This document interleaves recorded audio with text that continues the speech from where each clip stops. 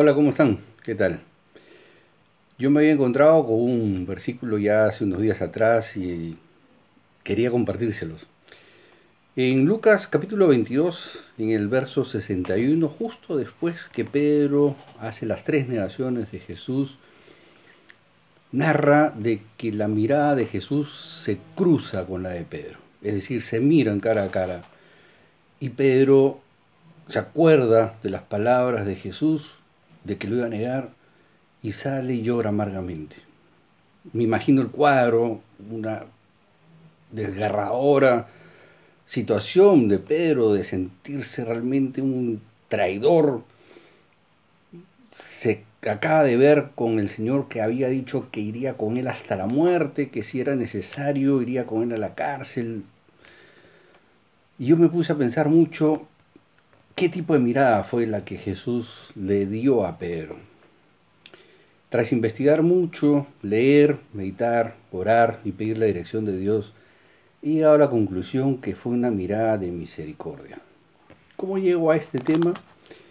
En el mismo capítulo 22, en el verso 31, dice, dijo también el Señor, Simón, Simón, he aquí Satanás os ha pedido para zarandearlos como a trigo, pero yo he rogado por ti que no falte tu fe, y tú, una vez vuelto, confirma a tus hermanos.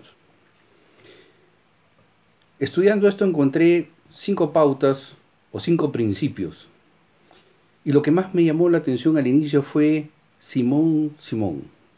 Hacía 3 años que el Señor no le llamaba Simón, le llamaba Pedro. Jesús mismo le cambió el nombre a Pedro. Sin embargo, ahora Jesús se dirige a Pedro como Simón y lo reafirma doblemente. Simón, Simón. En contexto es como que te llame por tu nombre en diminutivo. Yo me llamo Manuel, es como que me diga Manolito, Manolito. Ese es el concepto.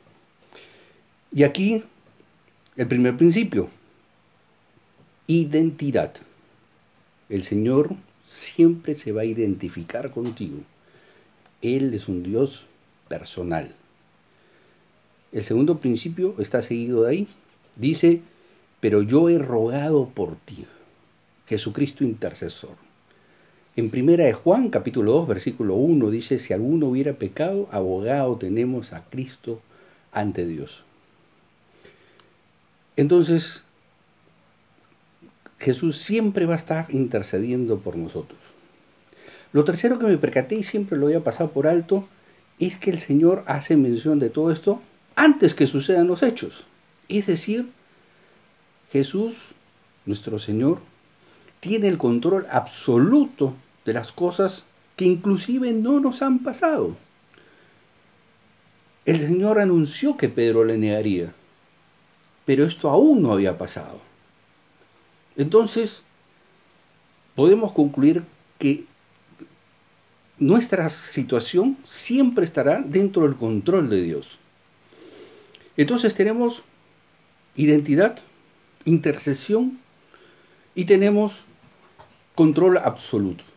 El cuarto punto, permítame regresar al verso 61, dice, entonces vuelto el Señor, miró a Pedro. Y Pedro se acordó de la palabra del Señor que le había dicho, antes que el gallo cante, me negarás 3 veces. Pero es interesante y honestamente lo que ha pasado muchas veces por alto. Dice, vuelto el Señor, miró a Pedro. ¿Quién miró a quién? El Señor miró a Pedro. Él en ese momento tenía un gran problema. Está en la mitad de un juicio, lo están acusando falsamente, están levantando injurias contra él. Y sin embargo, él se voltea, ignorando a todos los que estaban delante de él, y lo mira a Pedro. Y aquí encontré algo muy importante. Jesús siempre, siempre estará disponible para ti. Pase lo que pase, pienses que Él esté muy ocupado, Él siempre tendrá disponibilidad para ti.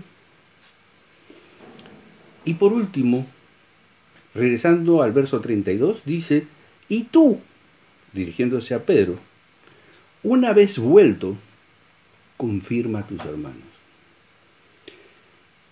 Es súper interesante. Acá viene la restauración, que lo veremos en otro video. Jesús resucitado lo busca a Pedro en Galilea. Y ojo, es Jesús el que lo busca a Pedro y lo restaura. Pero entre la noche de la negación y cuando Jesús lo busca a Galilea, pasaron muchos días, en los cuales me imagino Pedro debe haber estado en una angustia, no se haber perdonado, y como lo vamos a ver más adelante, de haberse inclusive autoexiliado, sintiéndose que ya no era una persona digna de confianza del Señor. Pero el Señor hace una afirmación muy interesante. Y tú, una vez vuelto, confirma a tus hermanos. ¡Wow! Y tú, una vez vuelto, confirma a tus hermanos. O sea, tú estarás tan firme que podrás afirmar a los demás. Es extraordinario lo que el Señor nos muestra aquí. Nada está fuera del control de Dios y Dios te puede restaurar. Lo que necesitas es que tú, con un corazón muy sincero, muy transparente, te presentes delante de Él y le confieses lo que hayas hecho. No te justifiques.